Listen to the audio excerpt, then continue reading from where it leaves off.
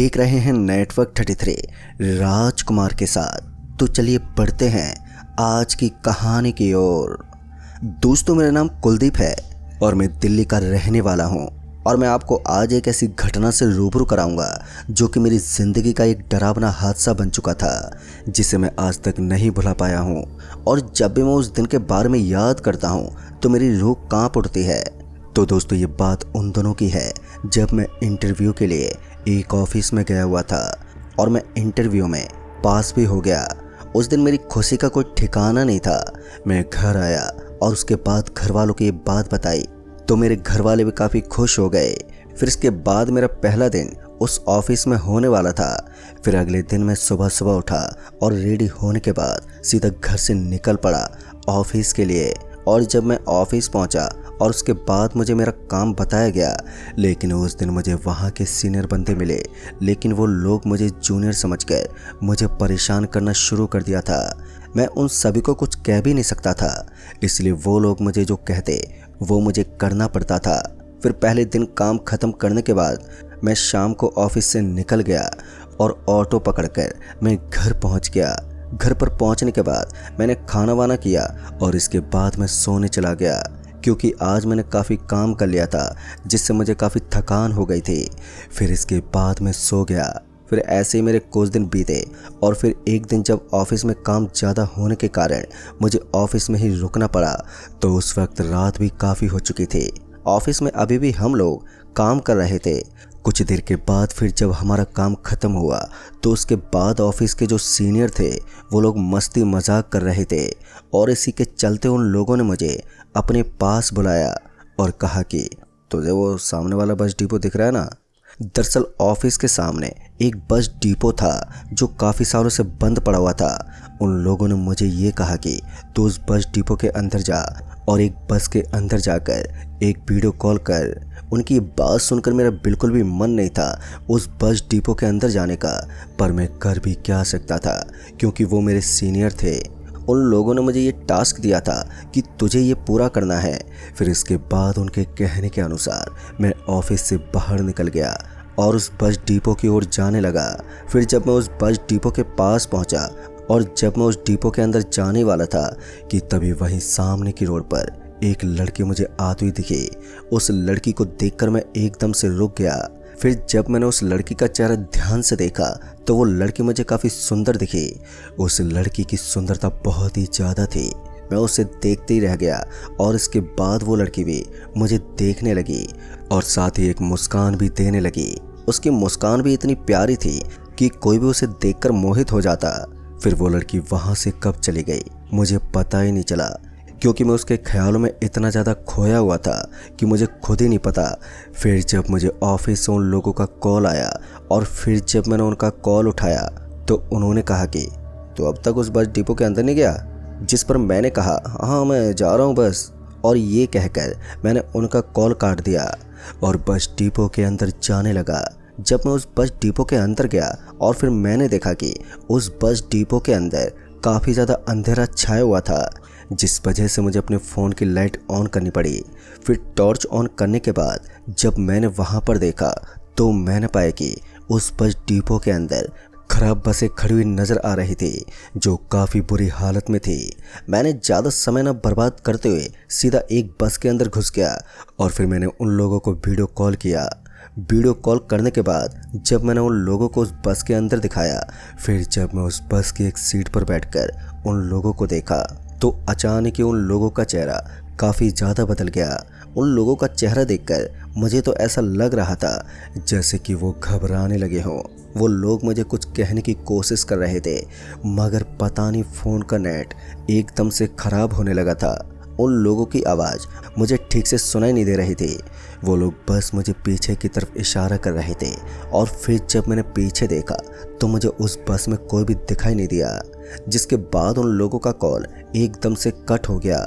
उन लोगों का कॉल कट होने के बाद जब मैंने उन लोगों को कॉल करने की दोबारा कोशिश की तो कॉल लगा ही नहीं, जिसके बाद मैं भी उस बस से नीचे उतरकर वहाँ से बाहर निकलकर जाने लगा। फिर मैं उस बस डिपो से बाहर निकल गया और उसके बाद जब मैं ऑफिस के अंदर गया तो ऑफिस के अंदर जाने के बाद उनके पास पहुँचा तो मैंने देखा कि अब वो लोग थोड़ा घबराए हुए थे। तभी उन्होंने मुझसे एक सवाल किया कि तेरे पीछे वो लड़की कौन थी, जिस पर मैंने उनसे कहा, कौन लड़की, मेरे पीछे तो कोई भी नहीं थी, मैंने तो किसी को भी नहीं देखा। जिसके बाद उन लोगों ने कहा कि नहीं, हमने खुद देखा, तेरे पीछे वाली सीट पर एक लड़की बैठी हुई थी जो कि तुझे देख रही थी। हमने तुझे कहा भी था कि तेरे पीछे एक लड़की बैठी है, लेकिन उसके बाद तेरा फ़ोन कट हो गया। जिसके बाद हमने तुझे दोबारा कॉल किया तो फिर तेरा फ़ोन लग ही नहीं रहा था। जिस पर मैंने उनसे ये कहा कि वहाँ पर नेटवर्क नहीं था। पता नहीं, मेरी भी कुछ समझ में नहीं आया। फिर इसके बाद हम लोगों को काफ़ी लेट हो रहा था, जिसके बाद उस बात को छोड़कर हम लोग ऑफिस से निकल गए और घर चले गए। जब मैं घर पहुंचा और फ्रेश होने के बाद मैं अपने रूम में सोने के लिए गया तो मुझे अचानक से याद आया कि वो लोग किसी लड़की के बारे में बात कर रहे थे। मुझे उनकी बात कुछ समझ में नहीं आई, क्योंकि मैंने वहाँ किसी भी लड़की को नहीं देखा था। तो इन लोगों को वहाँ पर कौन सी लड़की दिखी, यही सब सोचते सोचते मेरी आँख कब लग गई मुझे पता भी नहीं चला। और फिर जब सुबह हुई तो मैं उठा और रोज़ाना की तरह ऑफिस के लिए निकल गया। और फिर जब मैं ऑफिस पहुंचा तो ऑफिस में पहुंचने के बाद मुझे आज उन लोगों ने वो बात दोबारा बताई, लेकिन फिर मैंने उस बात को अनदेखा कर दिया और अपना काम करने लगा। काम करते करते कब शाम हो गई मुझे तो पता ही नहीं चला। लेकिन फिर मेरे पास बॉस का फ़ोन आया और उसने कहा कि तुम्हें ये फ़ाइल अभी ही कंप्लीट करके देनी है। उस वक्त मेरा दिमाग ख़राब हो चुका था, क्योंकि कल भी मुझे काफ़ी लेट हो चुका था और आज फिर से मैं लेट हो जाऊंगा। लेकिन मेरी मजबूरी के कारण मैंने बॉस को हाँ कह दिया और उसके बाद उस फाइल को कंप्लीट करना शुरू कर दिया। फिर कुछ समय के बाद मैंने उस फाइल को रेडी किया और उसके बाद मैं ऑफिस से निकला तो मुझे रात के तकरीबन 10 बज चुके थे। ऑफिस के सारे एम्प्लॉय जा चुके थे, मैं ही आज काफ़ी लेट हो गया था। फिर इसके बाद मैं ऑफिस से निकलकर बाहर ऑटो का वेट करने लगा। मैं अभी उसी बस डिपो के सामने खड़ा हुआ था, किसी ऑटो के आने का इंतज़ार कर रहा था, पर मुझे अभी भी कोई ऑटो वाला दिखाई नहीं दे रहा था। मैं अभी इंतज़ार ही कर रहा था कि तभी मुझे सामने की ओर एक लड़की और उसके साथ एक लड़का आता हुआ दिखाई दिया। जब वो दोनों थोड़ा और करीब आए तो मैंने देखा कि ये लड़की तो वही थी जिसे मैंने कल रात देखा था, मगर आज ये लड़की किसी लड़के के साथ थी, लेकिन वो लड़का अपनी गर्दन नीचे करके चल रहा था। उस वक्त मेरी ये समझ में नहीं आया कि वो लड़का अपनी गर्दन को नीचे झुकाए क्यों चल रहा है, मगर अब वो लड़की मेरी तरफ देख रही थी और मैं भी उस लड़की की तरफ देख रहा था। मगर मैंने उस लड़की को कुछ कहा नहीं और ना ही उसे टोका। वो लड़की मुझे देख के फिर से मुस्कुरा रही थी। फिर उसके बाद वो वहाँ से आगे की ओर चली गई और उसके वहाँ से जाते ही मेरे मन में अभी भी यही सवाल चल रहे थे कि वो लड़का कौन था। मैंने उस लड़के को इस लड़की के साथ तो नहीं देखा था। मुझे उस वक्त कुछ भी समझ में नहीं आ रहा था। फिर इसी बीच मुझे एक ऑटो वाला आता हुआ दिखाई दिया। उस ऑटो को आता देखकर मैंने उस ऑटो को हाथ दिया, जिसके बाद वो ऑटो मेरे पास आकर रुका। ऑटो के रुकते मैं उस ऑटो के अंदर बैठ गया। ऑटो में बैठते उसने पूछा कि कहाँ पर जाना है, जिस पर मैंने कहा किशनगढ़ जाना है। मेरी ये बात सुनते ही उसने कहा ठीक है बैठ जाओ, और इसी के साथ उसने ऑटो को आगे बढ़ाया। मेरा घर यहाँ से करीबन 8 किलोमीटर दूर था, इसलिए मुझे ऑटो या बस से आना जाना होता था। अभी ऑटो वाला ऑटो को ड्राइव ही कर रहा था कि तभी मैंने सोचा कि क्यों ना इनसे उस लड़की के बारे में पूछ लूँ कि वो लड़की कौन है, क्योंकि ये यहाँ से रोज़ आते जाते होंगे तो शायद इन्हें कुछ तो पता होगा। दोस्तों यही सब सोचकर मैंने उस ऑटो वाले से पूछना तो चाहा, पर मैंने उस बात को वहीं छोड़ दिया और थोड़ी देर में मैं अपने घर पहुँच गया। ऑटो वाले को पैसे देने के बाद मैं घर में चला गया और घर में जाने के बाद मैंने खाना खाया और फिर रोज़ की तरह मैं सोने चला गया। मगर आज मुझे पता नहीं नींद नहीं आ रही थी। मैं उस लड़की के बारे में सोच ही जा रहा था और इसके चलते कब मुझे नींद आ गई मुझे पता ही नहीं चला। फिर जब अचानक ही रात को मेरी आँख खुली तो मैंने देखा कि उस समय रात के तकरीबन 1:30 बज रहे थे और आँख के खुलते ही मैंने जब अपने रूम की खिड़की को देखा तो मुझे अपनी खिड़की खुली हुई दिखी। खिड़की को खुला देखकर मुझे समझ में नहीं आया कि खिड़की खुली कैसे। सोने से पहले मैंने खिड़की को बंद किया था। दरअसल उस वक्त ठंड का महीना चल रहा था, इसलिए मैंने खिड़की को बंद कर दिया था ताकि मुझे ठंड ना लगे। तो फिर ये खिड़की खुली कैसे? अभी मैं उस खिड़की की तरफ देख ही रहा था कि तभी मुझे खिड़की से एक ठंडी हवा अंदर आई जिसके कारण मुझे ठंड लगने लगी थी। पता नहीं उस वक्त मेरा रूम अब मुझे कुछ ज़्यादा ही ठंडा महसूस होने लगा था। इसके बाद मैं बेड से उठा और उस खिड़की को बंद करने के लिए उसके पास गया, और जैसे मैं उस खिड़की के पास पहुंचा और फिर जब मैंने उस खिड़की से बाहर देखा तो उसे देखकर मेरी आंखें फटी की फटी रह गई। दरअसल मैंने देखा कि वही लड़की अब मेरे घर के बाहर खड़ी हुई है, और साथ ही अब उसका चेहरा डरावना बन चुका था। उस लड़की को देखकर अब मैं बहुत ही घबराने लगा था। मेरे तो उस समय कुछ भी समझ में नहीं आ रहा था कि मैं करूँ तो करूँ क्या। फिर इसके बाद मैंने अपनी खिड़की को जल्दी से बंद कर दिया और सीधा अपने बेड पर जाकर लेट गया और चादर को ओढ़ लिया, क्योंकि उस वक्त मुझे बहुत ही डर लगने लगा था। लेकिन इसके बाद मुझे फिर से खिड़की के खुलने की आवाज़ आई, जिसके बाद मैंने अपने ऊपर से चादर हटाकर देखा तो अब मेरे डर की कोई सीमा नहीं थी, क्योंकि वो लड़की अब खिड़की के बाहर खड़ी होकर मुझे देख रही थी और साथ ही एक डरावनी मुस्कान भी दे रही थी, जिससे ये साफ जाहिर हो रहा था कि आज मुझे ये नहीं छोड़ेंगे। उस वक्त मैं इतना ज़्यादा डर चुका था कि मैंने अपनी मम्मी को काफ़ी आवाज़ लगाने की कोशिश की, मगर मेरे मुंह से एक भी शब्द बाहर नहीं निकल पा रहा था। ऐसा लग रहा था कि मेरे गले से आवाज़ बाहर आ ही नहीं रही थी। अब वो लड़की उस खिड़की से अंदर आने लगी और अब वो मेरे सामने खड़ी हो गई, और इसके बाद अब उस लड़की ने मेरे ऊपर से चादर को हटाकर फेंक दिया और वो मेरे और भी करीब आने लगी, जिसके बाद मैं डर के मारे वहीं पर बेहोश हो गया। और फिर मेरी आंख तब खुली जब मम्मी मुझे जगा रही थी। फिर मैं उठा तो मम्मी ने कहा कि क्या हुआ तुझे, तू सोते वक्त चिल्ला क्यों रहा था।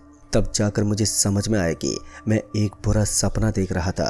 फिर मैंने भी मम्मी को ये कह दिया कि मैंने एक बुरा सपना देखा था, इसलिए मैं चिल्लाया। और फिर मैं सीधा फ्रेश होने चला गया, और फ्रेश होने के बाद मैं ऑफिस के लिए निकल गया। ऑफिस पहुंचने के बाद मैंने वहां अपने सीनियर से पूछा कि उस लड़की ने लाल कपड़े पहने हुए थे, जिस पर उन्होंने मुझे हाँ कहा। तो मैं तभी समझ गया कि ये वही लड़की थी। फिर इसके बाद मैं आज फिर से काम के चक्कर में लेट हो गया, और फिर काम ख़त्म करने के बाद मैं ऑफिस से निकल गया। मैं अभी ऑटो का इंतज़ार ही कर रहा था कि तभी आज वही लड़की दो लड़कों के साथ मुझे सामने से आती हुई नज़र आई, और उस लड़की को आज फिर से देखकर मैं थोड़ा घबराने लगा था, क्योंकि ये लड़की आज मेरे सपने में आई थी, मगर उस लड़की के साथ दो लड़के भी थे, और वो दोनों लड़के भी उसी कल वाले लड़के की तरह अपनी गर्दन को नीचे झुकाए हुए थे। अब मेरे मन में ये सवाल उठ रहा था कि ये लड़के अपनी गर्दन को नीचे झुकाए क्यों चल रहे थे, और रोज़ ये लड़की इन लड़कों को कहाँ ले जाती है। बस यही सब सवाल मेरे मन में चल रहे थे, और फिर मैंने सोचा कि क्यों ना आज इस लड़की से पूछ ही लेता हूँ, क्योंकि वो लड़की अभी मेरी तरफ देख ही रही थी। मगर मुझे डर भी लग रहा था कि उस सपने की तरह ये वही ना बन जाए। लेकिन फिर मैंने हिम्मत की और जैसे उस लड़की के पास जाने लगा कि तभी मुझे सामने से एक ऑटो आता हुआ दिखाई दिया, जो कि मुझे हॉर्न मार रहा था। उस ऑटो को देखकर मैं वहीं रुक गया, और जब वो ऑटो मेरे पास आकर रुकी तो उस ऑटो वाले ने मुझसे कहा कि तुम जल्दी ऑटो के अंदर बैठो। और जैसे उसने ये कहा तो मैं उसी वक्त ऑटो के अंदर बैठ गया, और ऑटो में बैठने के बाद उसने ऑटो को तेज़ी से आगे बढ़ाया।